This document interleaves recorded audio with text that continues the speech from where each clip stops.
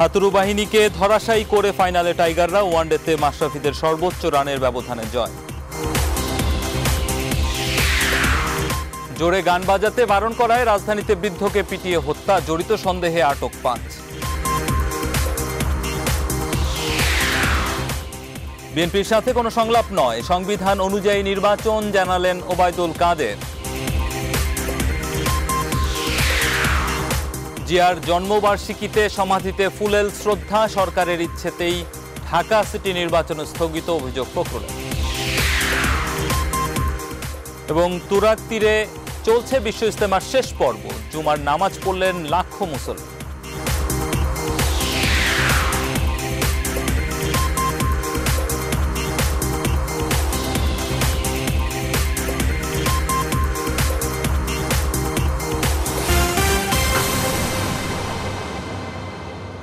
স্বাগত নিউজ 24 সংবাদের সাথে আছে আমি রামিম হাসান। দেখছিলেন শরিয়া ভিত্তিক ইউনিয়ন ব্যাংক লিমিটেড সংবাদ শিরোনাম, এবারে বিস্তারিত।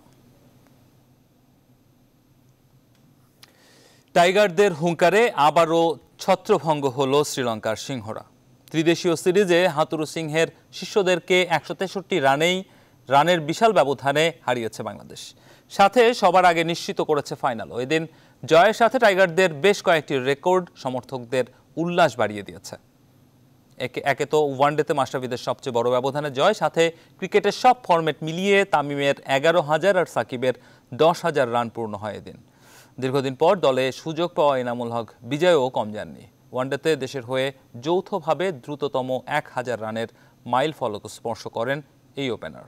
পুরো ম্যাচের উত্তেজনাকর মুহূর্তগুলো থাকছে রিপোর্ট।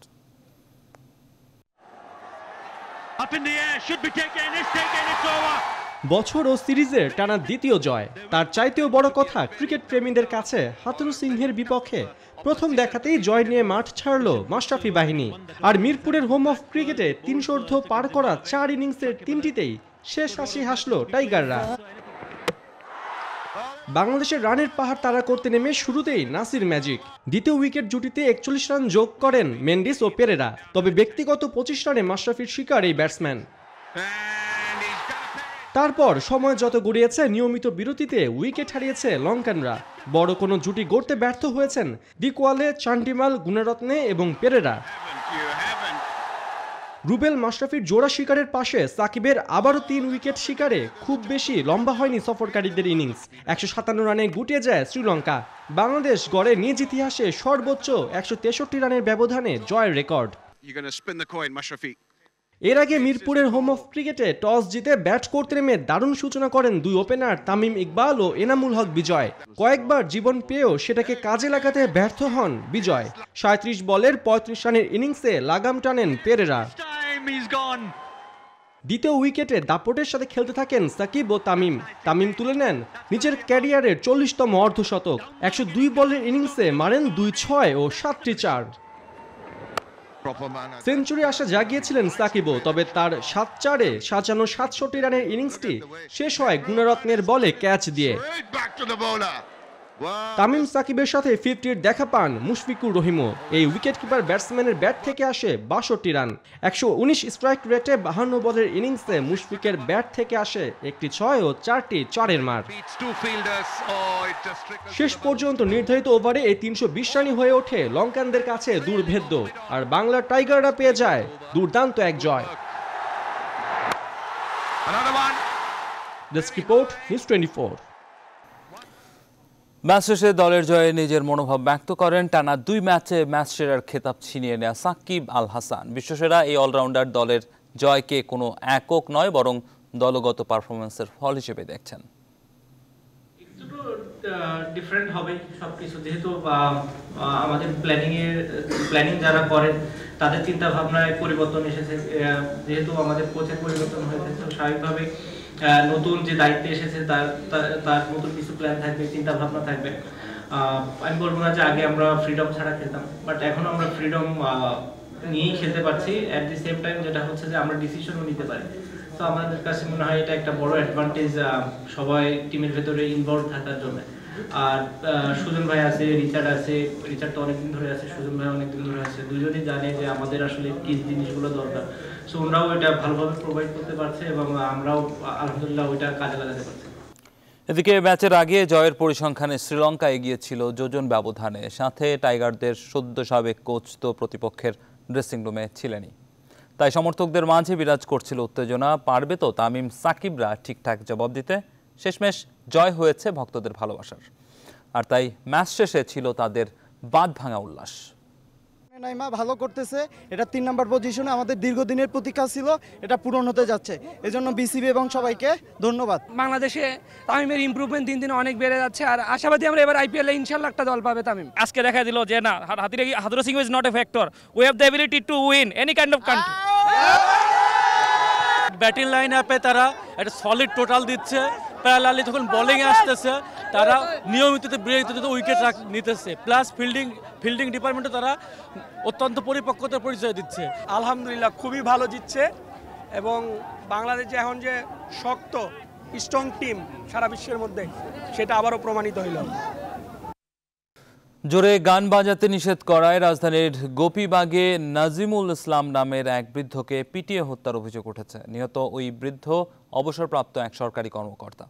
এই ঘটনায় জড়িত সন্দেহে 5 জনকে আটক করেছে পুলিশ। বিস্তারিত মৌ খন্দকারের প্রতিবেদনে।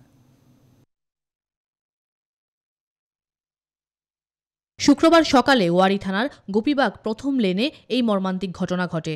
সিসিটিভির ফুটেজে দেখা যায় 3-4 জন নারী বৃদ্ধ নাজিমুল ইসলামকে মারধর করছেন। আরও কয়েকজন নারী পুরুষ ও নাসিমুলের ছেলে নাসিমুল হক ও তার মেয়ে নাফিসাকে মারধর করে। এই সময় ঘটনাস্থলেই মারা যান অবসরপ্রাপ্ত সরকারি কর্মকর্তা নাজিমুল ইসলাম। নিহতর পরিবারের সদস্যরা বলছেন, গায়ে হলুদ অনুষ্ঠানে জোর করে গান বাজনা বারণ করাই এই হামলা। অনুষ্ঠানটা হচ্ছে প্রচণ্ড জোরে, রাত 10টার পরে লাউড স্পিকারে বিশাল আওয়াজ হচ্ছিল। তো আমরা নিচে যারা ছিলাম তারা থাকা খুব ডিফিকাল্ট হয়ে যাচ্ছিল। আর আমার বাবা হচ্ছে হার্টের পেশেন্ট, ওনাদেরকে এমন কিছুই বলা হয় নাই যেটার জন্য হিট করতে হবে। তো এটা কোনো কথা না, আমি আমার বাবার বিচার চাই, এটাই, আর কিছু না। আমাকেও মারে, এবং আমার বাবাকে মারতে মারতে আমার বাবার এই অবস্থা ছিল যে লুঙ্গি খুলে পড়ে যাচ্ছে। ওই সময় মার থামায় না, গণপিটানি তো এত খারাপ ভাবে পিটায় না। তখন বলছে ওই বুড়ারেও মারা উচিত, ওই বুড়া বেশি করে। আমার তো মনে হচ্ছে ম্যানেজারটাই মেইন কালপিট। কেন জানেন, আমাদের অ্যাপার্টমেন্টে সাউন্ড সিস্টেম অ্যালাউড না। আজকে যখন ওরা মারতে আসলো, ম্যানেজারকে তো আগে ডেফিনেটলি ইনফর্ম করেছে, তো ওনার কি উচিত ছিল না আগে কমিটিকে ইনফর্ম করা? এই ঘটনায় জড়িত সন্দেহে 5 জনকে আটক করেছে পুলিশ। আমরা নিশ্চিতভাবেই কেউ না কেউ পাবো, ওর মধ্যে 5 জনের মধ্যে আমরা ধারণা করতেছি 5 জনও হইতে পারে। আর যদি 2-1 জন না হয়, উনি আইডেন্টিফাই করলে আমরা তাদেরকে ছেড়ে দিব, আর যারা উনি আইডেন্টিফাই করতে পারবেন তাদেরকে আমরা রেখে দিব। তদন্ত করে জড়িতদের বিরুদ্ধে আইনানুগ ব্যবস্থা নেওয়ার কথা জানান পুলিশ কর্মকর্তা। মৌ খন্দকার, নিউজ 24, ঢাকা। নির্বাচনে অংশ নেওয়া যে কোনো রাজনৈতিক দলের অধিকারের জন্য কোনো সংলাপের প্রয়োজন নেই, সাফ জানিয়েছেন আওয়ামী লীগের সাধারণ সম্পাদক ওবায়দুল কাদের। রাজধানীতে এক আলোচনা সভায় তিনি এসব কথা বলেন। নারায়ণগঞ্জের ঘটনায় যেই অপরাধী হোক না কেন তদন্ত করে ব্যবস্থা নেয়ার আশ্বাসও দিয়েছেন কাদের। আরও জানাচ্ছেন তৌফিক মাহমুদ মুন্না। শুক্রবার বিকেলে রাজধানীর ইঞ্জিনিয়ার্স ইনস্টিটিউটে এক আলোচনা সভার আয়োজন করে ঘাতক দালাল নির্মূল কমিটি। এতে প্রধান অতিথি হিসেবে যোগ দেন আওয়ামী লীগের সাধারণ সম্পাদক এবং সড়ক পরিবহন ও সেতুমন্ত্রী ওবায়দুল কাদের। 20% এগিয়ে ছিল, আমরা 15% কভার করি। তিনি বলেন, নির্বাচন নিয়ে সংলাপের কোনো প্রয়োজন নেই। সংবিধান অনুযায়ী নির্ধারিত সময়ে আগামী নির্বাচন অনুষ্ঠিত হবে। নির্বাচনে আসা যে কোনো গণতান্ত্রিক দেশের রাজনৈতিক দলের এটা তার অধিকার। সরকার কি কোনো করুণা বিতরণ করবে? কেন? সরকার, এটা তো সুযোগ নয়, অধিকার। কেন এর জন্য ডায়ালগের প্রয়োজন আছে? পথরেখা তো সংবিধানই দিয়ে দিয়েছে। নারায়ণগঞ্জের সাম্প্রতিক সংঘর্ষের ঘটনা তুলে ধরে ওবায়দুল কাদের বলেন, তদন্ত করে দোষীদের শাস্তির আওতায় আনা হবে। নারায়ণগঞ্জ পরিষ্কার আমাকে বলে দিয়েছেন, তদন্ত করো, স্বরাষ্ট্রমন্ত্রীর সঙ্গে আলাপ করো, যেই অপরাধী হোক, যেই হোক, সে যেই হোক তার বিচার হবে, তাকে বিচারের সম্মুখীন করতেই। এটা তো বিএনপি নয়। বিএনপি আবার ক্ষমতায় আসলে দেশে অন্ধকার নেমে আসবে বলেও মন্তব্য করেন আওয়ামী লীগ সাধারণ সম্পাদক। এই দল ক্ষমতায় এলে 2001-এর চেয়েও বিভীষিকার অন্ধকারে জাতিকে হারিয়ে যেতে হবে। তৌফিক মাহমুদ মুন্না, নিউজ 24, ঢাকা।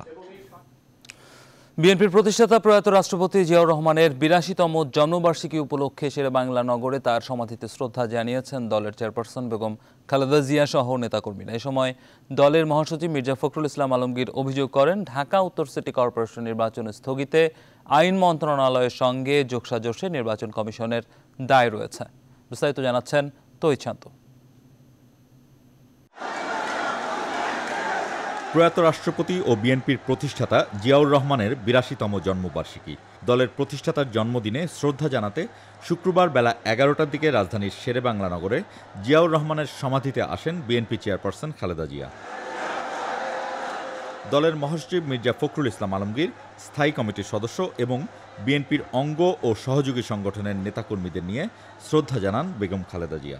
পরে জিয়াউর রহমানের রুহের মাগফিরাত কামনায় দোয়া ও মোনাজাত করেন। এর আগে সমাধি প্রাঙ্গণে মির্জা ফখরুল অভিযোগ করেন, পরাজয় নিশ্চিত জেনেই সরকারের ইঙ্গিতে রিট করে ঢাকা উত্তর সিটির উপনির্বাচন স্থগিত করা হয়েছে।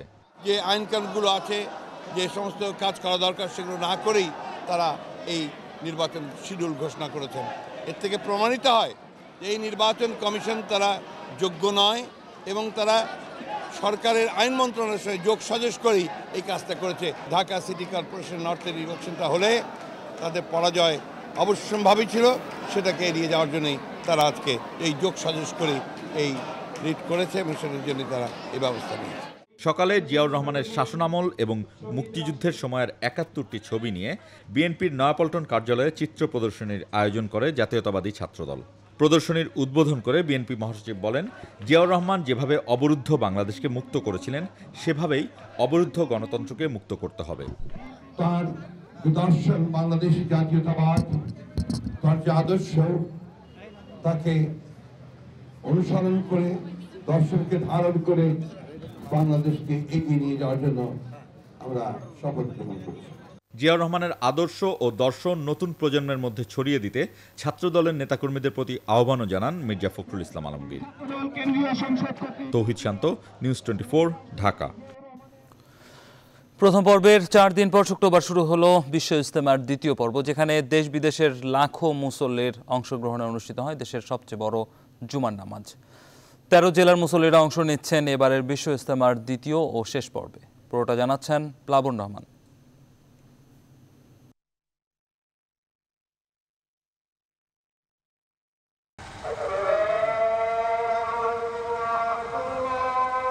শুক্রবার ফজর নামাজের পর বাংলায় আমবয়ানের মধ্য দিয়ে শুরু হয় এবছর বিশ্ব ইজতেমার দ্বিতীয় ও শেষ পর্ব, যাতে ঢাকার একাংশ সহ দেশের ১৩ জেলার মুসল্লিরা অংশ নিয়েছেন। প্রথম পর্বের মতো দ্বিতীয় পর্বেও নিশ্ছিদ্র নিরাপত্তা ব্যবস্থার মধ্যে শুরু বিশ্ব ইজতেমা। লাখ লাখ মুসল্লিদের সুবিধার্থে স্থানীয় প্রশাসন নিয়েছে সব রকম ব্যবস্থা। পুরো ইজতেমা ময়দান সহ আশপাশের এলাকায় বয়ান পৌঁছাতে স্থাপন করা হয়েছে ৪৮০টি মাইক। ইনশাআল্লাহ এই কাজের ভিতরে আল্লাহ পাক আমাদেরকে হেদায়েত দান করবেন। আলহামদুলিল্লাহ, ব্যবস্থাপনা ভালো, ব্যবস্থা ইনশাআল্লাহ খুবই ভালো ইনশাআল্লাহ। আল্লাহর কাছে দোয়া করব, সবার বাবা মা পৃথিবীর জন্য সবার জন্য দোয়া করব। শুক্রবার জুম্মার নামাজে অংশ নিতে রাজধানীর বিভিন্ন এলাকা তো বটেই, গাজীপুর সহ আশপাশের জেলা থেকেও লাখ লাখ ধর্মপ্রাণ মুসল্লি যোগ দেন বিশ্ব ইজতেমায়। তুরাগতীর পরিণত হয় জনসমুদ্রে। জুমার নামাজের জন্য আর কি আমরা অংশগ্রহণ করার জন্য ইজতেমায় আসছি আর কি। হাজার হাজার মুসল্লির সাথে একসাথে নামাজ পড়বো, আল্লাহর কাছে ফরিয়াদ করব, আল্লাহ তাআলাকে রাজি খুশি করার জন্য। যত মুসল্লি বেশি হবে তার সওয়াব তত বেশি হবে, সে আশাতে আসা। বিশ্ব ইজতেমায় অংশ নেওয়া, সেই সঙ্গে জুম্মার নামাজে শরীক হওয়া, দুই মিলিয়ে সকাল থেকে সময় যতই গড়াই টঙ্গীর তুরাগ তীরে ঢল বাড়ে মুসল্লিদের। জুম্মার নামাজে ইমামতি করেন ঢাকার কাকরাইল মসজিদের মাওলানা মোহাম্মদ জোবায়ের। দেশের প্রেক্ষাপট, রাজনৈতিক প্রেক্ষাপট, ধর্মীয় ঘোড়ামি বিভিন্নটা মিলাইয়া এই দেশটা অশান্তিতে আছে, এটা যেন আল্লাহ সুস্থ করে দেয়। আল্লাহকে রাজি খুশি করা এবং সারা দুনিয়ার মানুষকে দিনের দাওয়াত দেওয়ার উদ্দেশ্যে আসছে। এখানে আসাটাই একটা সৌভাগ্যের ব্যাপার। জুম্মার নামাজ শেষে ইজতেমা ময়দান ত্যাগ করেন আশপাশ থেকে আসা মুসল্লিরা। বাকিরা অবস্থান করছেন ইজতেমা ময়দানে। আগামী ২১ জানুয়ারি রোববার বাংলা ও আরবিতে আখেরি মোনাজাতের মধ্য দিয়ে শেষ হবে এবারের বিশ্ব ইজতেমা। ব্যবস্থাপনার সুবিধার্থে ২০১৫ সাল থেকে দেশের ৩২ জেলার মুসল্লিরা দুই ভাগে এই টঙ্গীর তুরাগ তীরে বিশ্ব ইজতেমায় অংশ নেওয়ার সুযোগ পাচ্ছেন, যাতে এখন অনেক বেশি সুশৃঙ্খল। হজের পরে মুসলিমদের সবচেয়ে বৃহত্তম জমায়েত বিশ্ব ইজতেমা। তবে আখেরি মোনাজাতের পর ফিরতি পথে দুর্ভোগ রয়েছে আগের মতোই। যে দুর্ভোগ লাঘবে কাজ করতে প্রশাসনের প্রতি তাগিদ দিচ্ছেন লাখো মুসল্লি। প্লাবন রহমান, নিউজ 24, টঙ্গীর তুরাগতীর। এবারে সরাসরি জানবো টঙ্গীর ইজতেমা প্রাঙ্গণের খবর। সেখানে আছেন সহকর্মী জুবায়ের আল মাহমুদ, সরাসরি যুক্ত হচ্ছেন তিনি। জুবায়ের, কি অবস্থা দেখতে পাচ্ছেন সেখানে? এবং আমরা জানি যে আজকে সবচেয়ে বড় যে জুমার নামাজ সেটি অনুষ্ঠিত হয়ে গেছে, তো মধ্যে আগামীকালের প্রস্তুতি নিশ্চয়ই নিচ্ছেন মুসল্লিরা। পাশাপাশি এই শীতের রাতে তারা যেই রাত পার করছেন সেই অবস্থাটা কেমন? গতকালকে আমরা দেখেছিলাম খুব বেশি শীতের প্রকটতা ছিল না, আজকে কি অবস্থা?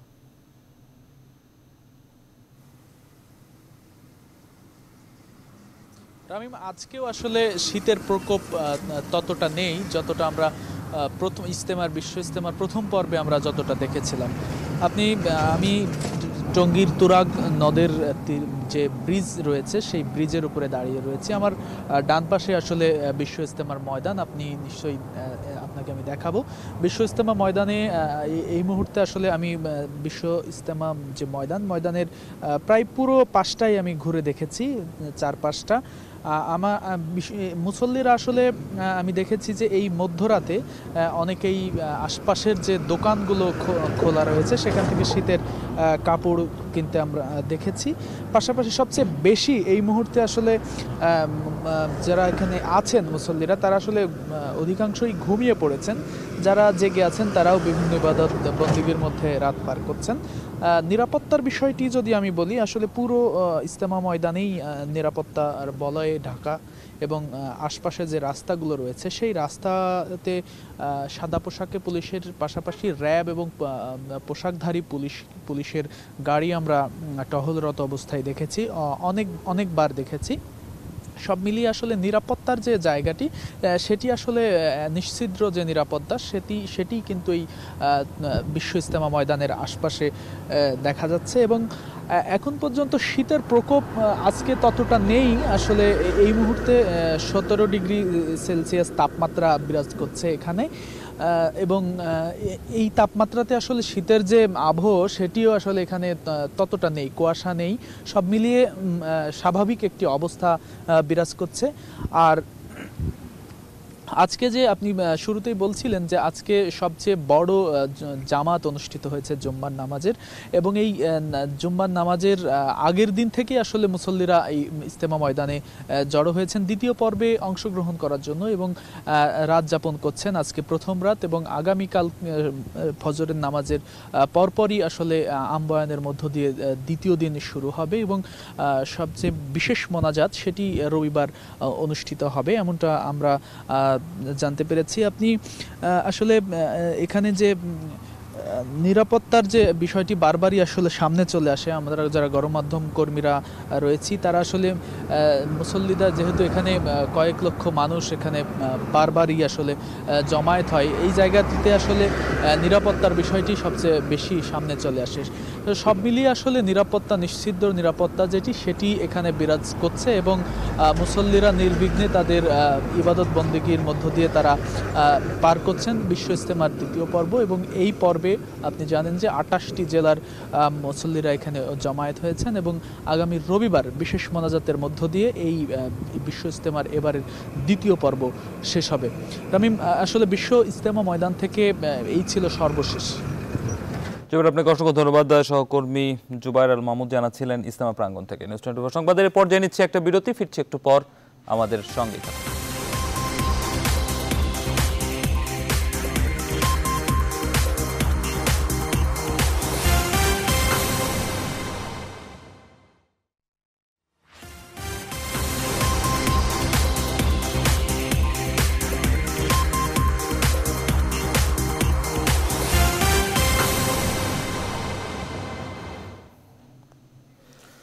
আবারও স্বাগত নিউজ 24 সংবাদ। এবারে প্রবাসের খবর।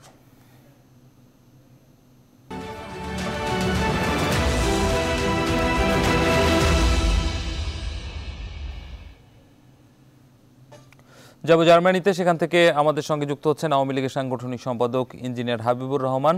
হাবিবুর রহমান, আপনাকে স্বাগত জানাচ্ছি নিউজ 24 সংবাদে। আপনার কাছে জানতে চাই যে প্রবাসে যারা রাজনীতির সাথে যুক্ত থাকে, অর্থাৎ আপনিও রাজনীতির সাথে যুক্ত আছেন জার্মানিতে, তো সেখানে আসলে সেটার প্রয়োজনীয়তাটা কি? মানে বাংলাদেশের রাজনীতি, এই বিভিন্ন দেশের যে শাখা প্রশাখাগুলো রয়েছে সেগুলোর প্রয়োজনীয়তা সম্পর্কে আপনার কাছে আজকে জানতে চাই। ধন্যবাদ নিউজ 24-কে আমাকে আপনাদের অনুষ্ঠানে আমন্ত্রণ জানানোর জন্য, এবং আপনাদের সবাইকে ধন্যবাদ জানাচ্ছি এত সুন্দর একটা টপিকস, একটা ভালো কোয়েশ্চেন করার জন্য। প্রবাসে বাংলাদেশের প্রয়োজনীয়তাটা আসলে আমি বলবো, প্রবাসে যারা থাকেন তারা সবাই দৈনিক 8 ঘন্টা করে কাজ করতে হয়, তারপরও তাদের ভিতরে সময় থাকে, তাদের সময় পাওয়াটা খুবই মুশকিল বলা যায়। তারপরও তাদের যে আদর্শের তাড়না, বঙ্গবন্ধুর আদর্শের তাড়না, জননেত্রী শেখ হাসিনার অনুপ্রেরণায় প্রবাসীরা আসলে রাজনীতির সাথে সম্পৃক্ত। এই রাজনীতির সাথে আসলে কোনো স্বার্থ জড়িত নেই, কোনো টেন্ডারিং, যেটা আমাদের দেশে টেন্ডারবাজি বলে রাজনীতিবিদরা করে, সেটা আমাদের শোনা, সেগুলোর কোনো সংযোগ নাই। তবে রাজনীতির প্রয়োজনীয়তা আমি যেটা বলবো, বাংলাদেশের স্বাধীনতার ইতিহাস যদি আপনি পর্যালোচনা করেন, সবসময় বাংলাদেশের স্বাধীনতার উপর আঘাত এসেছে। সেই স্বাধীনতার আঘাতগুলো সবার আগে আমরা প্রবাসীরাই প্রতিবাদ করে চলেছি। সেটা 1971 সালে যদি আপনি তাকান, প্রবাস থেকেই কিন্তু আপনার বিভিন্ন রকম কনসার্ট, বিভিন্ন রকম মানববন্ধন এগুলো কিন্তু তখন করেছিল। তো রাজনৈতিক একটা যদি অ্যাক্টিভিটি যদি বিদেশে না থাকে, তাহলে এই জিনিসগুলো আসলে কখনোই হতো না। তো আমরা যারা এখন প্রবাসে রাজনীতি করি, তাদের আসলে আমরা সবসময় আমাদের চোখ কান খোলা রাখি, কারণ আমাদের বাংলাদেশের বিরোধী, স্বাধীনতা বিরোধী যে শক্তিটা, তারা যদিও বাংলাদেশে এখন টিকতে পারে না, কিন্তু তাদের যে চক্রান্ত সেগুলো কিন্তু সবসময় চলমান আছে। এবং সেটি আমরা যারা বিদেশে থাকি তারা আমাদের সব দিকে খেয়াল রাখি। এখানে আমাদের এমবিসি আছেন, রাষ্ট্রদূত আছেন, বা তারা কিন্তু এটা খেয়াল করেন। আমরাও যারা লোকাল লেভেল থেকে এগুলো জানার চেষ্টা করি এবং সেই সম্পর্কে আমাদের যথাযথ কর্তৃপক্ষকে ইনফর্ম করি যে কোন রকম কোনো চক্রান্ত হচ্ছেন কিনা। এবং আরেকটা জিনিস যেটা আমি সেটা বলবো, আপনারা জানেন যে বাংলাদেশের গণতান্ত্রিক যে রাজনীতি, সেটার 2000-এর পরে সবচেয়ে বড় যে আঘাতটা এসেছিল 1/11-এর সময়, তথাকথিত তত্ত্বাবধায়ক সেনা সমর্থিত তত্ত্বাবধায়ক সরকার আমাদের জননেত্রী শেখ হাসিনাকে অবৈধভাবে আটকে রেখেছিল। সেটার জন্য আমরা প্রবাসীরা কিন্তু ব্যাপক আন্দোলন গড়ে তুলেছি। আমরা বিভিন্ন যে ইউরোপিয়ান ইউনিয়নের যে প্রধান কার্যালয় ব্রাসেলসে, বেলজিয়ামে, আমরা সেখানে যে আন্দোলন করেছি, সেমিনার করেছি, নেত্রীর আন্দোলনের জন্য মুক্ত করেছি। সেই যে বিদেশি চাপ, সেটা কিন্তু প্রবাসীরা সৃষ্টি করতে পারেন তাদের বিভিন্ন অ্যাক্টিভিটি নিয়ে। এখন আপনার আসলে রাজনীতি করার উদ্দেশ্যটা হচ্ছে যে ঐক্যবদ্ধ থাকা, এই ঐক্যবদ্ধভাবে কোনো আন্দোলন করা। এছাড়া আপনার সম্প্রতি সময়ে যে রোহিঙ্গা ইস্যু, রোহিঙ্গা শরণার্থী বাংলাদেশে প্রবেশ করেছে, এই ব্যাপারেও কিন্তু আমরা বিভিন্ন রকম মানববন্ধন করেছি প্রবাসীদের পক্ষ থেকে। আপনারা দেখেছেন সোশ্যাল মিডিয়া বা অনলাইন পত্রিকা বা বিভিন্ন অনলাইন নিউজে বা সংবাদ মাধ্যমের মাধ্যমে জেনেছেন। আমরা কিন্তু এটার ব্যাপারে ইভেন আমাদের জার্মান বঙ্গবন্ধু ফাউন্ডেশন এবং নেদারল্যান্ড দুইজন যৌথভাবে তাদের পররাষ্ট্র, জার্মান যে পররাষ্ট্র মন্ত্রণালয়ে শরণার্থীদের ব্যাপারে চিঠি দিয়েছেন, তাদেরকে এই ব্যাপারে বিভিন্ন রকম যেন যে পররাষ্ট্র বিষয়ক যে ডায়ালগ, সেটার জন্য কন্টিনিউ করার জন্য, মায়ানমারকে চাপ দেওয়ার জন্য আমরা কিন্তু সে ধরনের স্টেপগুলো প্রবাসীরাই নিয়েছি।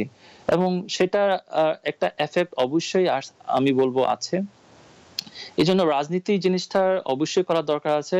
আর আমি আরেকটা জিনিস যেটা বলতে চাই যে তরুণদের আসলে রাজনীতিতে অবশ্যই আসা উচিত, যেহেতু আমরা জার্মান বিভিন্ন টেকনোলজি, বিভিন্ন রকম এই জিনিসগুলোর সাথে অলরেডি ইনভলভ আছি বা এই ধরনের কোম্পানিতে জব করতেছি। সেই ক্ষেত্রে আসলে রাজনীতিতে আসলে আপনার সবসময় একটা আইন প্রণয়ন বা নীতি নির্ধারক পর্যায়ে আপনার একটা কানেকশন থাকে। সেই ক্ষেত্রে আসলে আপনি আপনার সেই ভয়েস গুলো বা সেই আপনার যে উপদেশ বা যেটাই বলবো আমি সাজেশন, সেগুলো কিন্তু আপনার যথাযথ কর্তৃপক্ষের কাছে আপনার পৌঁছানোর একটা সুযোগ থাকে।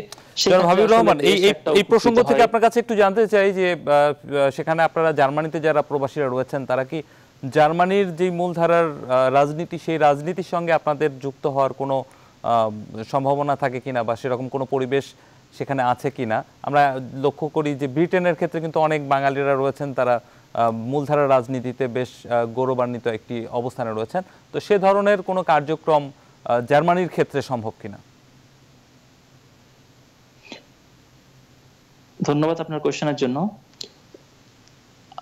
আপনি যখন জার্মানিতে দীর্ঘ সময় থাকবেন, জার্মানির নাগরিক হবেন, সেই ক্ষেত্রে এই জার্মান নাগরিক হিসাবে আপনার যতগুলো সুযোগ সুবিধা আপনার পাওয়ার কথা সেটা অবশ্যই আপনি পাবেন। সেই ক্ষেত্রে যারা বাংলাদেশে যারা দীর্ঘদিন ধরে আছেন তাদের ভিতরে এই গুটি কয়েক আমি বলবো, তাদের একজনের নাম আমি বলবো, ওনার নাম হচ্ছে মোহাম্মদ ইউনুস আলী খান। উনি জার্মানির মাইন্স শহরে অবস্থান করেন। উনি জার্মানির বর্তমান যে ক্ষমতাসীন দল সেডিও, অ্যাঙ্গেলা ম্যার্কেলের দল, সেই দলের মনোনীত প্রার্থী ছিলেন 2013 সালের যে নির্বাচন হয়েছিল মাইন্সের আসন থেকে। যদিও উনি মাইন্স থেকে অ্যাবাউট 20,000 ভোট পেয়েছেন, আমি বলবো বাঙালি হিসাবে একটা 20,000 ভোট পাওয়া, আমি বলবো মোহাম্মদ ইউনুস আলী খান ভাই উনি অবশ্যই এটা সাধুবাদ পাওয়া যোগ্য। এছাড়া আমি 2017 সালের নির্বাচনে যে একজন ভদ্রলোক, ওনার নাম হচ্ছে শাহাবুদ্দিন মিয়া, উনি গ্রিন পার্টি থেকে লড়েছেন। তবে উনিও নির্বাচিত হন নাই। তবে আমি বলবো যে আসলে জার্মান যদি আপনি নাগরিকত্ব আপনার থাকে, আপনার এদেশের যে কোনো দলের প্রতি বা এদেশের তাদের যে আইডিওলজি সেটার সাথে যদি আপনার আইডিওলজি মিলে, তাহলে অবশ্যই আপনার রাজনীতি করার সুযোগ আছে। এতে আসলে কোনো আইনি বাধা নাই যে আপনি বাংলাদেশে দেশে রাজনীতি করতে পারবেন না। তবে আমি বলবো ইউনুস আলী খান এবং শাহাবুদ্দিন মিয়া ভাই দুজনই আমাদের জন্য পায়োনিয়ার। ওনারা আমাদের যদি তরুণদের মধ্যে কেউ যদি রাজনীতিতে আসতে চায়, অবশ্যই ওনাদের সাথে আমরা যোগাযোগ করব বা সবার করা উচিত। এই প্রসঙ্গে আরেকটি বিষয় জানতে চাই যে সেখানে আসলে যেমনটি বলছিলেন যে নাগরিকত্ব পাওয়া তো অবশ্যই জরুরি, তাছাড়া তো সেখানে আসলে রাজনীতির সঙ্গে যুক্ত হওয়ার সুযোগ থাকবে না। তো সেই প্রসঙ্গ থেকে জানতে চাই যে জার্মানিতে নাগরিকত্ব পাওয়ার ক্ষেত্রে বাধাগুলো কোন জায়গাগুলোতে, বা নাগরিকত্ব পাওয়াটা আসলে কতখানি কঠিন, বা কোন জায়গাগুলোতে অন্যান্য দেশের সাথে যদি তুলনা করি, ইংল্যান্ড বা নর্থ আমেরিকায় সেসব দেশের সাথে যদি তুলনা করি, সেগুলোর বিচারে জার্মানিতে সেখানে একজন বাংলাদেশী হিসেবে নাগরিকত্ব পাওয়ার বাধাগুলো কোন জায়গায়? আমি বলবো আসলে এখানে বর্তমান জার্মান যে আপনার নীতি, এটা আসলে অনেক ফ্লেক্সিবল। আমি বলবো এটা আগে আপনার 2008 সালের পরে জার্মান তাদের শিক্ষা দ্বার খুলে দিয়েছে, আপনারা জানেন। সেই শিক্ষার জার্মানদের ফার্স্ট রিকোয়ারমেন্ট হচ্ছে আপনাকে শিক্ষিত হতে হবে। আপনি যদি কোনো বিদেশি হয়ে থাকেন, এদেশে তাদের যে শিক্ষার সাথে আপনার একটা সর্বনিম্ন ডিগ্রি, সেটা অনার্স হতে পারে বা মাস্টার্স লেভেল হতে পারে বা পিএইচডি লেভেলে হতে পারে, এই লেভেলটা আপনার অবশ্যই এখানে দরকার আপনার নাগরিকত্ব হতে বর্তমান সময়ে। এই ইস্যুটা আসলে আমি শরণার্থী যারা তাদের ইস্যু থেকে একটু আলাদা। আমি শরণার্থী ইস্যুটা তো অন্য, সেটা আপনারা জানেন, রাজনৈতিক আশ্রয়ের ব্যাপার। কিন্তু আপনি যদি জার্মানিতে আপনার সর্বোচ্চ ডিগ্রি থাকে এবং জার্মানিতে আপনি 6 থেকে 7 বছর এখানে অবস্থান করেন, সেটা বিভিন্ন অঙ্গরাজ্যভেদে বিভিন্ন, তারপর এছাড়া আপনার জার্মান তো যে ল্যাঙ্গুয়েজ, সেই ভাষাটা যদি আপনি একটা লেভেল পর্যন্ত রপ্ত করতে পারেন এবং আপনার যদি কোনো ক্রিমিনাল রেকর্ড না থাকে, আমি বলবো জার্মানিতে আপনি যেদিন এন্টার করেছেন বা যেদিন এসেছেন সেই দিন থেকে 5 থেকে 6 বছরের ভিতরেই আপনি কিন্তু জার্মান নাগরিক হতে পারবেন। তা এই ক্ষেত্রে আসলে আমি বলবো সাকসেস রেট 100% যদি আপনি এই দেশ থেকে প্রপারলি বিভিন্ন ইউনিভার্সিটি থেকে প্রপারলি শিক্ষিত হয়ে এবং এদেশের কোনো একটা কোম্পানিতে আপনি জব করেন, এটা আমি বলবো খুবই কোনো কষ্টসাধ্য ব্যাপার না। 6-7 বছরের কমে তো বোধহয় সেটি সম্ভব নয়। সেটা সম্ভব না, যেহেতু আপনার শিক্ষা কার্যক্রম আপনাকে 2 থেকে 3 বছর লেগে যায় শিক্ষা কার্যক্রম। কিছুদিন আগে কিন্তু আমরা জানতাম যে 2008 এর আগে হয়তোবা যে তখন তো নাগরিকত্ব পাওয়ারই কোনো সম্ভাবনা আসলে সেখানে ছিল না, এরকম একটি বিষয়। তখন কোনো নাগরিকত্ব পাওয়ারই কোনো, সেদিক থেকে চিন্তা করলে অনেকখানি আগে রাজনৈতিক আশ্রয় আসলে এটা অ্যাঙ্গেলা ম্যার্কেলের দল আসার পরেই আসলে তাদের এই বিদেশের প্রতি নীতিটা অনেক চেঞ্জ করেছে। আপনাকে অসংখ্য ধন্যবাদ। বেশ কিছু বিষয় আপনার কাছ থেকে জানলাম। জনাব হাবিবুর রহমান, ইঞ্জিনিয়ার হাবিবুর রহমান, তিনি জার্মান আওয়ামী লীগের সাংগঠনিক সম্পাদক যুক্ত হয়েছিলেন তিনি, এবং জার্মানির ক্ষেত্রে নাগরিকত্ব পাওয়ার সুবিধা অসুবিধা এবং সেগুলো আসলে কিভাবে পাওয়া সম্ভব সেসব বিষয়ে কথা বলছিলেন। পাশাপাশি বলেছেন যে বিদেশে যারা থাকেন তাদের আসলে সেসব দেশে থেকে রাজনীতিতে প্রয়োজনীয়তা কতখানি সেসব বিষয়ে বিস্তারিত আলোচনা করছিলাম তার সঙ্গে। একসময় বাংলাদেশ থেকে আনা শাকসবজি মার্কেট দখলে ছিল কুয়েত সিটি সহ বাংলাদেশে অধ্যুষিত অঞ্চল হাসাবিয়া, ফাহাহিল, জাহারা সহ অনেক স্থানে। সাপ্তাহিক একটি ফ্লাইটে করে আসা এসব দেশীয় সবজির জন্য অধীর অপেক্ষায় থাকত কুয়েত প্রবাসী বাংলাদেশিরা। দেশে উচ্চমূল্য ও যাতায়াতের খরচ বেশি হয় তেমনটি আর আনা হচ্ছে না সবজি। কুয়েত সিটিতে সবজির বাজার ঘুরে দেখে বিস্তারিত জানাতে কুয়েত সিটি থেকে সরাসরি যুক্ত হচ্ছেন মঈন সুমন। সুমন, আপনাকে স্বাগত জানাচ্ছি। আমি যেমনটি বলছিলাম যে আপনি কুয়েতের যে সবজি বাজারগুলো সেগুলো ঘুরে দেখেছেন। আমরা সাধারণত এগুলো লক্ষ্য করি আমাদের বাংলাদেশের বাজারগুলোতে ঘুরে সাধারণত সাপ্তাহিক রিপোর্টগুলো করে থাকে। তো সেই বিষয়গুলো একটু জানতে চাই যে সেখানে আসলে বাংলাদেশি সবজি যে বিষয়টি বলা হচ্ছিল যে নানা কারণে সেখানে আসলে বাংলাদেশি সবজি এখন খুব বেশি যায় না, তো সেটির পরিমাণটা কেমন, আর যেগুলো যায় সেগুলোর দাম আসলে কেমন থাকে, সেগুলোকে আসলে প্রবাসী বাঙালিরা যারা সেখানে রয়েছেন তাদের নাগালের মধ্যে থাকে কিনা?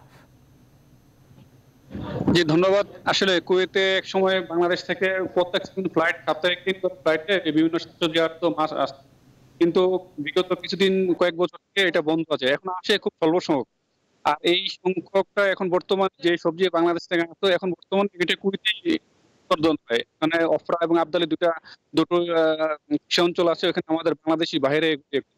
আমি আজকে সিটির বিভিন্ন দোকান ঘুরে দেখে যেটা দেখলাম, মোটামুটি এখানে শীতের এই সবজিগুলি মোটামুটি অনেক ভালো সবজি এখানে উঠে। তো এখানে যে বাংলাদেশি হোটেলগুলি আছে ওগুলি কিন্তু এই হোটেল এই সবজিগুলি ব্যবহার করে। আর দামের ভিতরে পার্থক্য আকাশ পাতালের সম্ভাবনা ধরা যায়, কারণ বাংলাদেশের যে তুলনামূলক এই সবজিগুলি এখানে বিক্রি হয় তুলনায় অনেক সস্তায় কুয়েতে উৎপাদন তৈরিগুলি।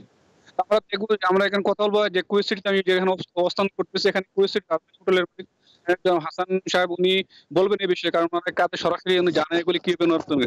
আপনি কি বলবেন যে এই যে সবজিগুলি কিভাবে আপনারা এখানে পান, বা আগে বাংলাদেশ থেকে আনতেন, আপনি বললেন যে এখন কিভাবে এটা হয়?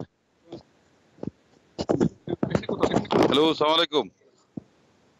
এখানে প্রতিদিন কুয়েতের বিভিন্ন জায়গা থেকে একবার সবজি দৈনিক 2 বার সকাল বিকাল আসে। আমরা দৈনিক সকাল বিকাল কুয়েতের তাজা সবজি, শাকসবজি পাই থাকি। এখানে দামে বাংলাদেশের চেয়ে আমার হিসাবে অর্ধেকের চেয়েও এখানে উৎপাদন হয়। একবারে তাজা, সকাল বিকাল 2 বার আসে, একবারে বাংলাদেশের চাহিদা এখন বাংলাদেশের আমাদের তুলনায় এখানে তুলনায় আমাদের দ্বিগুণ। এই জন্য বাংলাদেশের জিনিসপত্রের এখানে চাহিদা এখন আর কম, এই জন্য আসে না, আর আসলেও খুব কম আসে। যে বাংলাদেশ থেকে এই সবজিগুলি এখানে যে মূল্যটা অনেক বেশি, কারণ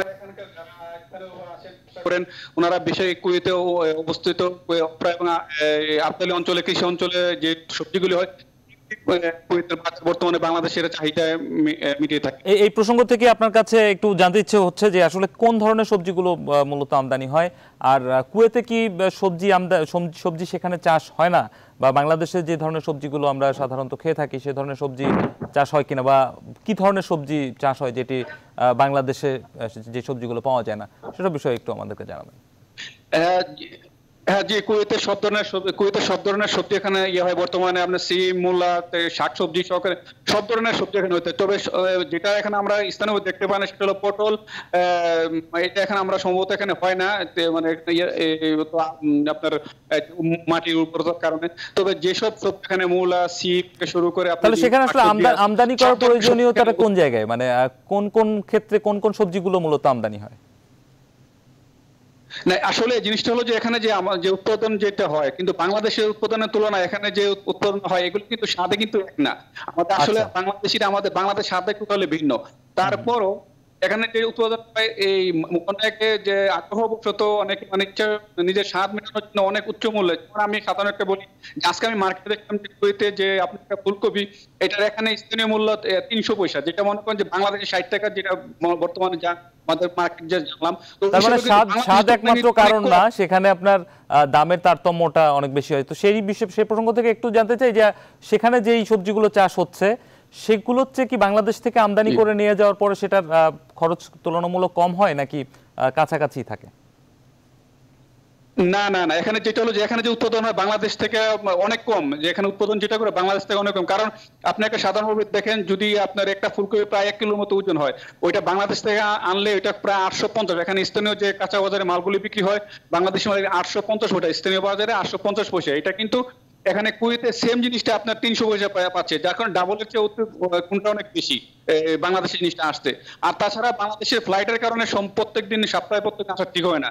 আর তারা এখানে স্থানীয় ব্যবসায়ী যারা আছেন, যারা মালগুলি এজেন্ট আনেন, এতখানি দামের ব্যবধানের পরও বাংলাদেশ থেকে আমদানি করা সবজি চাহিদাটা এত বেশি, দামের যে পার্থক্যের কথা বললেন সেখানে তো দাম পার্থক্যটা অনেক বেশি। হ্যাঁ আসলে না, চাহিদা বেশি, কারণ বাংলাদেশের 3 লক্ষ প্রবাসী এখানে আছেন, সবাই বাংলাদেশের ইয়েটা চায়, যে বাংলাদেশের তৈরি উৎপাদনের জিনিসটা চায়, কিন্তু এখানে সাথে টোটালি ভিন্ন। আপনার যা এখানে যেটা হয় এবং বাংলাদেশের টোটালি খাওয়াতে স্বাদটা টোটালি ভিন্ন, যার কারণে এই সপ্তাহে অনেক বাজারে আসেন এই জিনিসটা বাংলাদেশের পণ্য। আপনাকে অসংখ্য ধন্যবাদ। আমাদের সঙ্গে কুয়েত থেকে যুক্ত হয়েছিলেন মঈন সুমন, এবং যে বিষয়টি জানালেন যে সেখানে যেই সবজিগুলো চাষ হয় কুয়েতে এবং বাংলাদেশ থেকে যেই সবজিগুলো আমদানি করে নিয়ে যাওয়া হয় সেগুলোর দাম অনেক বেশি হওয়ার পরেও বাঙালি প্রবাসীরা যারা রয়েছেন স্বাদের কারণে তারা বাংলাদেশি যে সবজি সেগুলোকেই তারা প্রেফার করে থাকেন, কিন্তু বাংলাদেশ উচ্চমূল্য পাশাপাশি যাতায়াত খরচের কারণে সেখানে অনেক উচ্চ মূল্যে তাদেরকে বাংলাদেশের সবজি খেতে হয়। এ পর্যায়ে যাব একটু অস্ট্রেলিয়াতে। আজকে জানতে চাবো অস্ট্রেলিয়ার কর্মসংস্থানের সুযোগ বিষয়ে প্রবাসী বাংলাদেশিরা কোন কোন কাজে বেশি যুক্ত রয়েছেন। সিডনি থেকে আমাদের সাথে যুক্ত হচ্ছেন প্রবাসী সাংবাদিক শতদল তালুকদার। শতদল তালুকদার, আপনাকে স্বাগত জানাচ্ছি নিউজ 24 সংবাদে। আপনার কাছে জানতে চাই যে অস্ট্রেলিয়াতে যারা প্রবাসীরা বাংলাদেশিরা যারা রয়েছেন তারা মূলত কোন পেশাগুলোর সাথে বেশি যুক্ত থাকে। পাশাপাশি আরেকটি বিষয় জানতে চাই যে সাম্প্রতিককালে আমরা লক্ষ্য করেছি যে বাংলাদেশ থেকে আগে একটা সময় যে কম শিক্ষিত বা মধ্যশিক্ষিত মানুষজন দেশের বাইরে যেতেন, তারা ওয়ার্কিং লেভেলে বেশিরভাগ কাজ করতেন, কিন্তু ইদানিংকালে আমরা দেখতে পাচ্ছি যে হায়ার এডুকেশন রয়েছে এরকম লোকজন দেশে বাইরে যাচ্ছেন। তো অস্ট্রেলিয়ার ক্ষেত্রে আসলে সেই প্রবণতার কতখানি পরিবর্তন হয়েছে? ধন্যবাদ, আপনি ঠিকই বলেছেন। আসলে অস্ট্রেলিয়াতে অনেক নাগরিক সুযোগ সুবিধা রয়েছে, এজন্য অনেক বিদেশিরা এখানে আসতে চায় এবং জব বাজারও সবার জন্যই উন্নত। তবে যে কর্মসংস্থানের কথাটি বললেন এটা মূলত নির্ভর করে অ্যাপ্লিক্যান্টদের ভিসা স্ট্যাটাসের উপরে। যদি কেউ এখানে পিআর বা মানে পার্মানেন্ট রেসিডেন্সি অর সিটিজেনশিপ থাকে তারা অবশ্যই ভালো জব ম্যানেজ করতে পারে। আপনাকে উদাহরণ দিয়ে বলি, এখানে কিন্তু বাংলাদেশি যারা এখানে এসেছে তাদের কোয়ালিটি অনুযায়ী এখানে অনেক ডাক্তার এবং ইঞ্জিনিয়ারিং এসব জবে জড়িয়েছে, এবং সেই সূত্র ধরে এখানে কিন্তু ডাক্তারদের একটা অ্যাসোসিয়েশন আছে, তারা বাংলাদেশ থেকে এসেছে, এবং ইঞ্জিনিয়ারদের সংগঠন রয়েছে। তো এদিক দিয়ে বলা যায় বাংলাদেশিরা অবশ্যই এখানে খুব ভালো জব আছে, এবং অস্ট্রেলিয়ান লোকাল যারা তাদের সাথে মিলেমিশে আছে, এবং যারা স্টুডেন্ট তারা মূলত প্রথমত তাদের কিছু ওয়ার্ড জব করতে হয়, তারপরে তারা অবশ্যই ভালো জব ম্যানেজ করতে পারে, এবং সবাই এইখানে তাদের যোগ্যতা অনুযায়ী জব পাবে এটা নিশ্চিত। এবং আরেকটা বিষয় নির্ভর করে এখানে তার ইংলিশটা দখল কেমন। ইংলিশ যদি তাদের ভালো থাকে তাদের ভালো জব পাওয়ার যথেষ্ট সুযোগ রয়েছে। সব মিলিয়ে বলতে পারি যে বাংলাদেশিরা এখানে কিন্তু যথেষ্ট সম্মানের সাথে আছে, এবং তাদের কর্মদক্ষতা এবং স্কিল দেখানোর সুযোগ কিন্তু অস্ট্রেলিয়া বাজার রয়েছে। শতদল, আরেকটি বিষয় জানতে চাই, সেটি হচ্ছে কিছুক্ষণ আগে জার্মানি থেকে আমাদের সঙ্গে আরেকজন প্রবাসী যুক্ত হয়েছিল, তার কাছেও সেই একই প্রশ্ন করেছিলাম। অস্ট্রেলিয়াতে আসলে নাগরিকত্ব পাওয়ার ক্ষেত্রে কোন কোন বিষয়গুলোকে দেখা হয়? যেমনটি আমরা জার্মানি থেকে জানতে পেলাম যে অন্তত পক্ষে 6 থেকে 7 বছর সেখানে থাকতে হয়, এবং সর্বোচ্চ ডিগ্রি এবং ভাষাগত দক্ষতার পরে তাদেরকে নাগরিকত্ব দেওয়া হয়, বা বাংলাদেশি প্রবাসীরা যারা রয়েছেন তারা নাগরিকত্ব পান। অস্ট্রেলিয়ার ক্ষেত্রে আসলে বিষয়টা কি হয়ে থাকে? খুবই গুরুত্বপূর্ণ প্রশ্ন। অস্ট্রেলিয়ার বিষয়টা আসলে কত বছর থাকতে হবে এটা ডিপেন্ড করে না, এটা ডিপেন্ড করে মূলত একজন স্টুডেন্ট হিসেবে যদি কেউ আসে তাহলে এখানে অবশ্যই তার পোস্ট গ্রাজুয়েশন ডিগ্রি থাকতে হবে, তারপরেই সে পিআর এর জন্য অর্থাৎ পার্মানেন্ট রেসিডেন্সির জন্য অ্যাপ্লাই করতে পারবে। সেক্ষেত্রে আইএলটিএস এ মিনিমাম 7 লাগে। তারপরে আরো একটা বিষয় আছে, অস্ট্রেলিয়াতে না এসেও দেশের বাইরে থেকে অর্থাৎ যদি আপনি চান বাংলাদেশে থেকেও আপনি এখানে সরাসরি নাগরিকত্বের জন্য অ্যাপ্লাই করতে পারবেন। সেক্ষেত্রে আপনার মিনিমাম 2 থেকে 3 বছরের ওয়ার্ক এক্সপিরিয়েন্স লাগবে এবং আইএলটিএস অবশ্যই 7 আর পিটিতে ইকুইভ্যালেন্ট স্কোর লাগবে। তো এটা হলো পিআর পাওয়ার ক্ষেত্রে সবচেয়ে বড় বিষয়, এবং এখানে বছর বা সময়ের কোনো ব্যাপার না। এখানে অস্ট্রেলিয়া সরকারই চায় যে এখানে স্কিল লোক এবং যাদের ফাইন্যান্সিয়াল ক্যাপাবিলিটি আছে এই বিষয়টা প্রাধান্য দেয়। সদল, এটি কি গত 2-3 বছরের তুলনায় সুযোগটা কি বেড়েছে নাকি কমেছে? যেমন জার্মানির ক্ষেত্রে আমরা যেটি জানলাম যে 2008-এর আগে এরকম কোনো সুযোগই ছিল না, যেটি সাম্প্রতিক কালে এসে তৈরি হয়েছে। আবার আমরা কানাডার ক্ষেত্রে বা আরো বেশ কয়েকটি দেশ যেগুলোর ক্ষেত্রে লক্ষ্য করছি ইদানিং কালে সেই সুযোগগুলো আরো বাড়ানো হয়েছে। অস্ট্রেলিয়ার ক্ষেত্রে বিষয়টা কি? না, অস্ট্রেলিয়ার ক্ষেত্রে পুরোপুরি উল্টো। অস্ট্রেলিয়ার ক্ষেত্রে আসলে বিষয়টা আরো অনেক বেশি সহজ ছিল আগে, কিন্তু ডে বাই ডে একটু স্ট্রিক্ট হচ্ছে। যেমন আগে আইএলটিএস এ ইজ ব্যান্ডে 6 লাগতো, কিন্তু এখন আইএলটিএস এ ইজ ব্যান্ডে 7 লাগে যারা স্টুডেন্ট হিসেবে আসে। তো আরেকটা বিষয় যে আগে 457 ভিসা ছিল, এই বছর এই গভর্নমেন্টটা তুলে দিবে। তো আগে 457 ভিসা থেকে পিআর এর জন্য অ্যাপ্লাই করতে হলে আইএলটিএস ইজ ব্যান্ডে 5 লাগতো, কিন্তু এখন সেটা বাড়িয়ে 6 করা হয়েছে। মোটামুটি দেখা যাচ্ছে যে বিষয়টা বিদেশিদের জন্য এখানে একটু স্ট্রিক্ট করা হচ্ছে ডে বাই ডে। এটা হলো এখানে রিয়ালিটি এবং এটা মেনে নিতেই হবে। বিশেষ করে সারা বিশ্বে যে জঙ্গিবাদ তার মানে আগে যে বিষয়টি ছিল কম শিক্ষিত লোকজন সেখানে যেত, বা সেখানে আমরা দেশের বাইরে বেশিরভাগ ক্ষেত্রে লক্ষ্য করতাম যে অর্ধশিক্ষিত বা কম শিক্ষিত যারা তারাই দেশের বাইরে বেশি যাওয়ার প্রবণতা লক্ষ্য করতাম, কিন্তু বর্তমান সময় সেটি পরিবর্তন হচ্ছে আপনি বলতে চাচ্ছেন?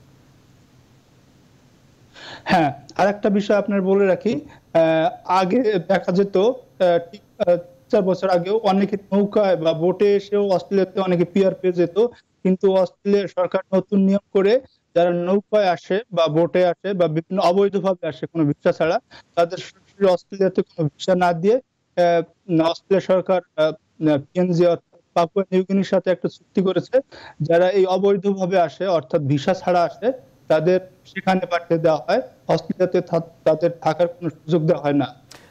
ছোট প্রশ্ন আপনার কাছে আমার রয়েছে, সেটি হচ্ছে জানতে চাই যে আমরা জার্মানি বা লক্ষ্য করি যে নর্থ আমেরিকার ক্ষেত্রে রাজনৈতিক আশ্রয়ের একটি বিষয় থাকে, রাজনৈতিকভাবে আশ্রয় দেওয়া হয়। যারা দেশে রাজনৈতিকভাবে ক্ষতিগ্রস্ত থাকেন তাদেরকে রাজনৈতিক আশ্রয়ের একটি প্রক্রিয়া সেসব দেশগুলোতে রয়েছে। অস্ট্রেলিয়ার ক্ষেত্রে কি এরকম রাজনৈতিক আশ্রয়ের কোনো সুযোগ রয়েছে কিনা? হ্যাঁ, অবশ্যই আছে। অস্ট্রেলিয়া খুবই একটা কল্যাণমূলক রাষ্ট্র। যদি সত্যি কেউ সেক্ষেত্রে প্রক্রিয়াগুলো কি ধরনের এই ধরনের আশ্রয়ের ক্ষেত্রে? সেক্ষেত্রে যদি লিগ্যাল ভিসা নিয়ে এখানে আসতে পারে এবং আসার সাথে সাথে ইমিগ্রেশন সরাসরি জানাতে হবে যে আমি এরকম পলিটিক্যাল সমস্যা আছে, আমার জীবনের উপর থ্রেট আছে, এবং তার এভিডেন্স ইমিগ্রেশনকে শো করতে হবে যে আমি এই কারণে আমার জীবনটা থ্রেট আমার দেশে, আমি আমার দেশে গেলে সত্যি আমাকে মেরে ফেলা হতে পারে। সত্যি যদি কারণ থাকে সেক্ষেত্রে ইমিগ্রেশনের সব ডকুমেন্ট শো করতে হবে, তারপরে ইমিগ্রেশন সব কাগজপত্র জাস্টিফাই করবে, ভেরিফিকেশন করবে। তাদের কাছে যদি মনে হয় যে অভিযোগটি সঠিক তাহলে তারা সরাসরি পার্মানেন্ট রেসিডেন্স দেওয়ার ব্যবস্থা করবে। শতদল তালুকদার, আপনাকে অসংখ্য ধন্যবাদ। আমাদের সঙ্গে যুক্ত হয়েছিলেন অস্ট্রেলিয়া থেকে শতদল তালুকদার, এবং তার কাছ থেকে বেশ কিছু বিষয় জানতে পারলাম।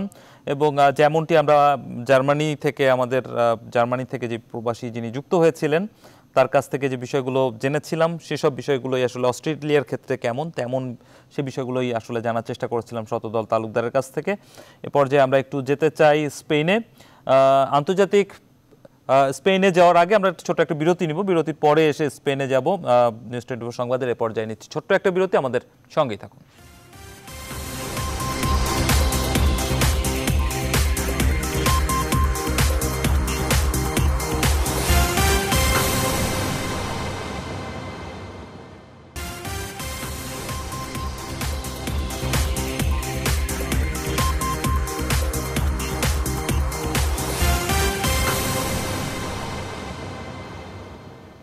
আবার স্বাগত, আপনারা দেখছেন নিউজ 24 সংবাদ।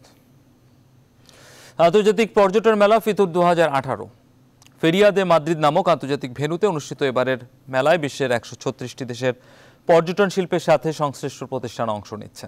গত 17 জানুয়ারি থেকে শুরু হওয়া এই মেলায় অংশ নিচ্ছে বাংলাদেশও। বাংলাদেশ ট্যুরিজম বোর্ডের ব্যবস্থাপনায় ও বাংলাদেশ দূতাবাসের সহযোগিতায় বাংলাদেশের একটি বেসরকারি প্রতিষ্ঠান এই মেলায় অংশগ্রহণ করছে।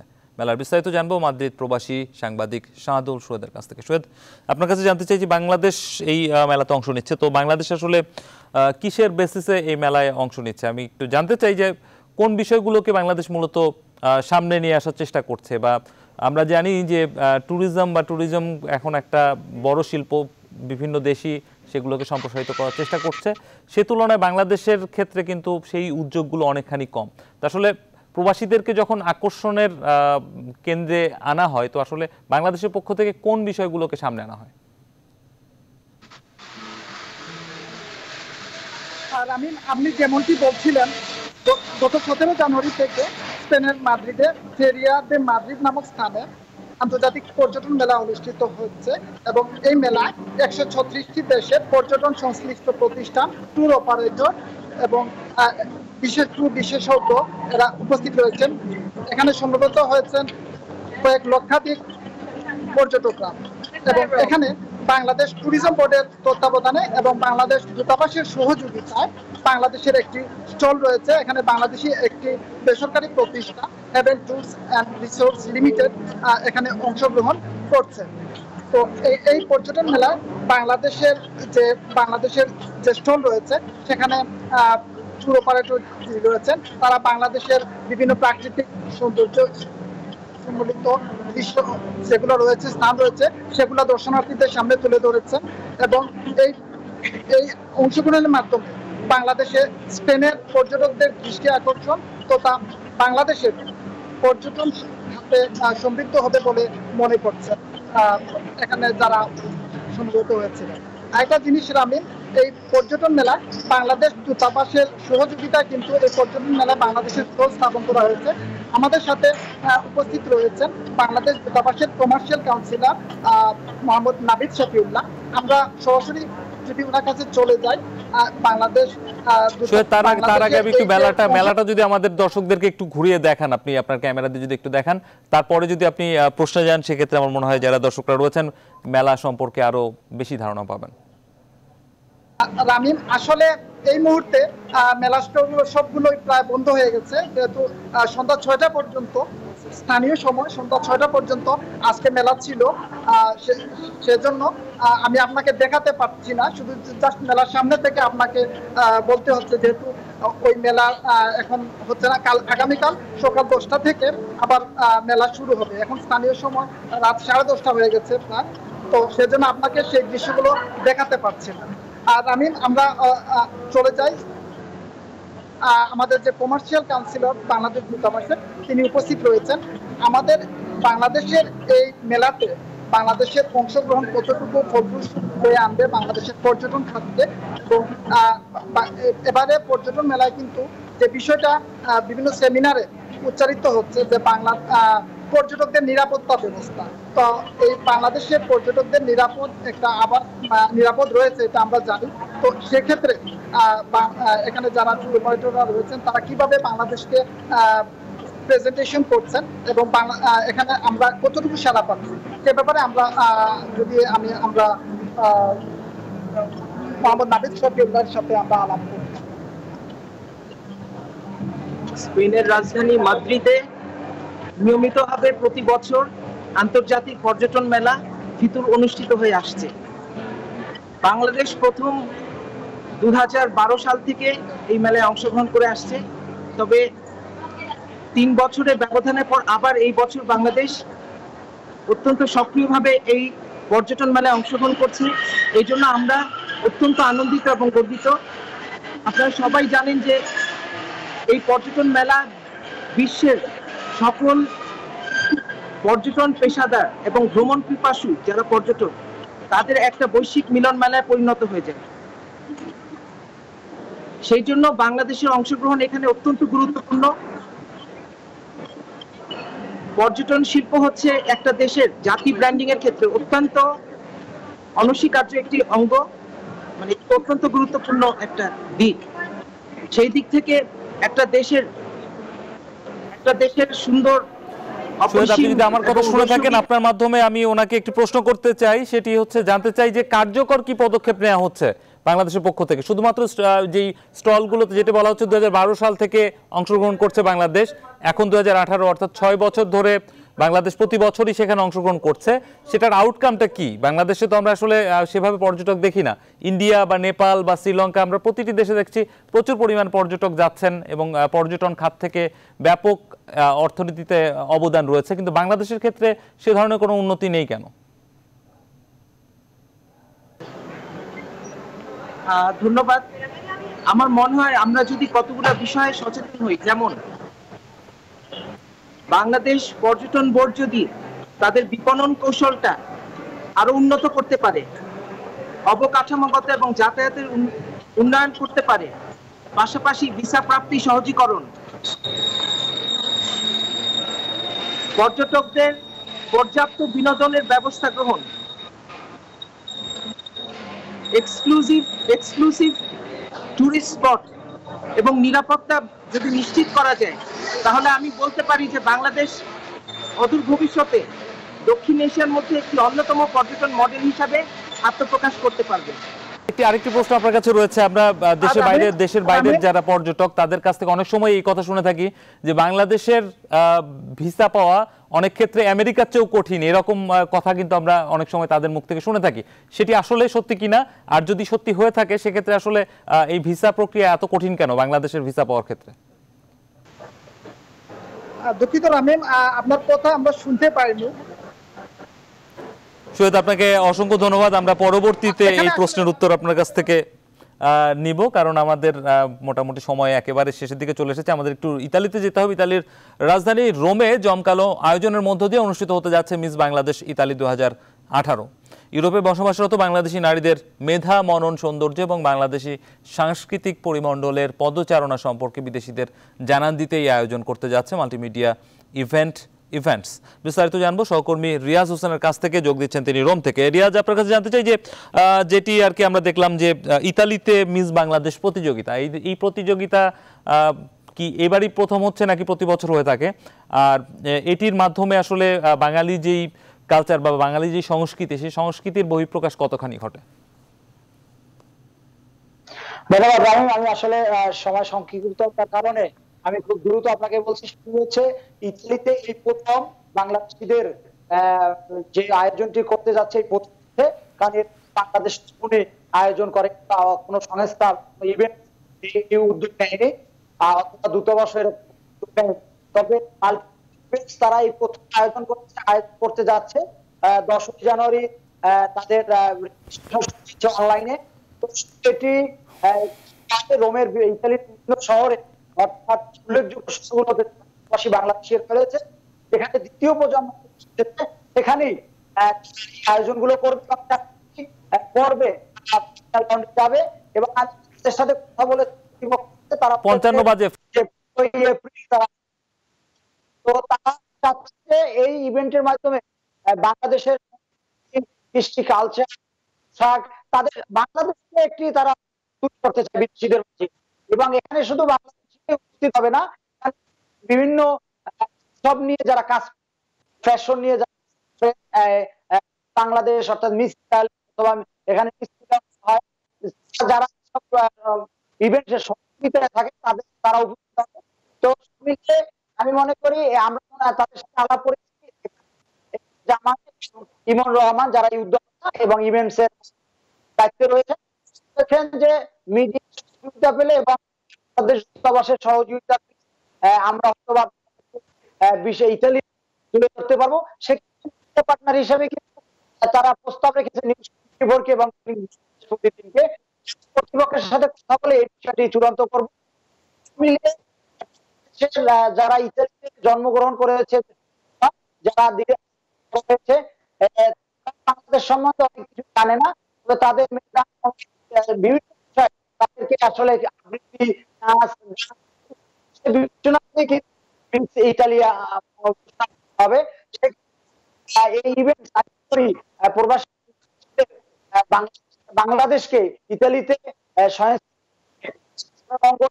তুলে ধরতে একটি গুরুত্বপূর্ণ ভূমিকা রাখবে এবং আগামীকাল ইভেন্টের যারা তাদের সাথে আমরা সরাসরি। রিয়াজ, আপনাকে অসংখ্য ধন্যবাদ। ইতালি থেকে আমাদের সঙ্গে যুক্ত হয়েছিলেন রিয়াজ হোসেন, জানাচ্ছিলেন সেখানে যে মিস বাংলাদেশ ইতালি একটি প্রতিযোগিতা হয়ে থাকে, সেসব প্রতিযোগিতার বিস্তারিত জানাচ্ছিলেন তিনি। এর মধ্যে দিয়ে শেষ করব নিউজ 24 সংবাদ, তবে তার আগে সরিয়া ভিত্তিক ইউনিয়ন ব্যাংক লিমিটেড সংবাদ শিরোনামগুলো আরেকবার।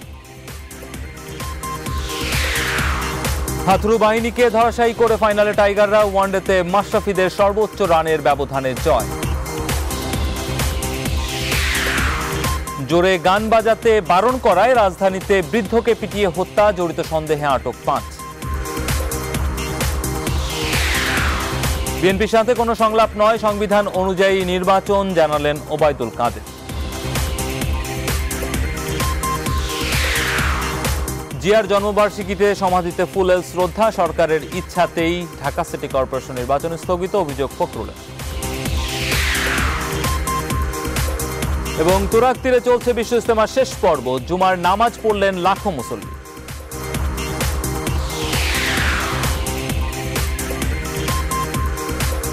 আর এই ছিল নিউজ 24 সংবাদের এখনকার আয়োজন। এতক্ষণ সাথে থাকার জন্য ধন্যবাদ সবাইকে।